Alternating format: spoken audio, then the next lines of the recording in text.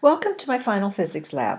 The adventure I chose to study in this lab is a little mystery about Yellowstone National Park, the mystery of the missing rock. Here are some of the facts we know. A large rock was located at the top of Tower Fall when the Hayden Party explored and documented the Yellowstone Park area in 1871. The expedition artist Thomas Moran made several paintings and sketches of the falls. For the next 100-plus years, visitors to Yellowstone National Park marveled at the falls and the rock and wondered when it would fall. But the rock remained until one day in early June of 1989. No one saw it fall. So, what happened? Modeling in Python can help solve our mystery and answer some of our questions, such as how long did it take to fall? What was the net force when it hit the bottom? How fast was it traveling when it hit bottom? What was the momentum like when it hit bottom? What did the fall look like? What probably happened to the rock? Was the collision between the rock and the earth elastic or inelastic? Here's some facts we already know. The rock was made of basalt, which has a very high stiffness, so it probably didn't bounce. The underlying rock layer was eventually worn away by winter freezing of water in cracks and erosion by water. The height of Tower Falls is 41.1 meters, or 132 feet. No positive identification of that particular rock can be seen at the base of the falls today, but rocks of similar composition are in the pool at the bottom of the fall. Here's some other information we can use. The rock was approximately 3 feet by 4 feet by 2 feet, or 24 cubic feet. Basalt weighs 188 pounds per cubic foot. Therefore, the rock weighed about 4,512 pounds, or converting to the metric system for our Python program, 2,050 kilograms.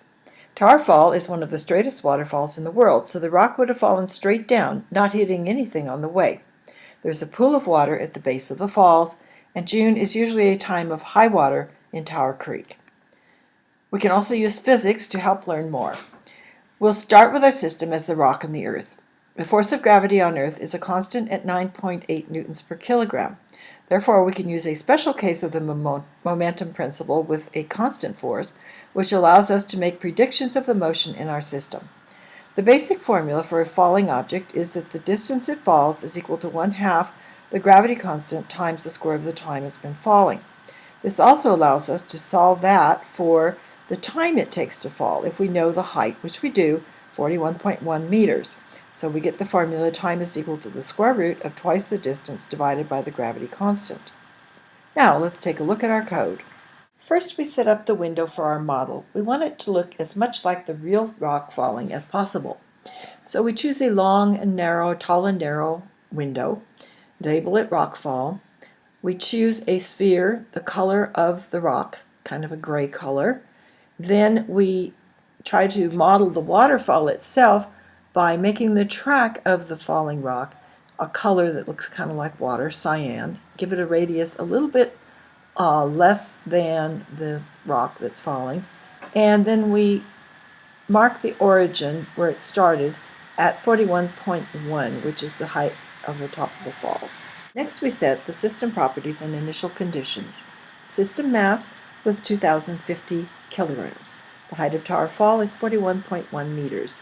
So we positioned the rock at the top of the falls, 41.1 meters, and the initial velocity of the rock is 0. We set a very small increment for the time step because we want a fairly accurate answer. Gravity constant is its usual 9.8, and we use the unit vector of 1. Now, this rock did not fall in a vacuum, so I wanted to put in something for drag force. I experimented a lot with this number using large and small numbers to see if it made much difference. The differences were minuscule, so I believe we can conclude that this drag force was insignificant in this event because the mass and size of the rock were quite large in relation to the distance it fell. Now, here's our calculation loop. We used a special case of the momentum principle with a constant net force, gravity. We set the program to run until the rock hits the bottom of the waterfall. So we set it so that while the time is less than the square root of twice the height of the waterfall divided by the gravity constant. We put in our drag force, which we already said is of no real significance in this particular model, but we wanted to include it because it's not falling in a vacuum.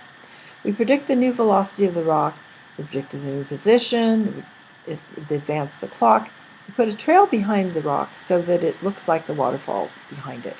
And then we plot the rock position as a function of the time on a graph. And we adjust the runtime of our model so that it's similar to the actual falling rock. This had to be quite large due to the very small time increment we used.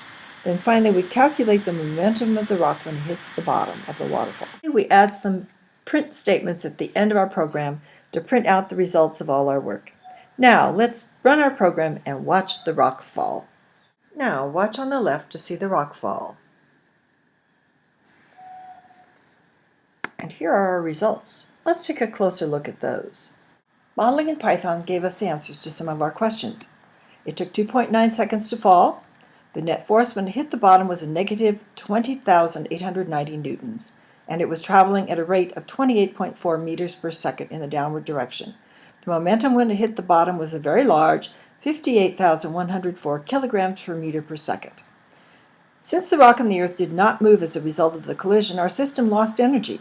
So it was a classic example of an inelastic collision. But where did the energy go? The rock evidently fell into the pool of water at the bottom of the falls. The pool was probably at its maximum depth as this was the time of year for high water.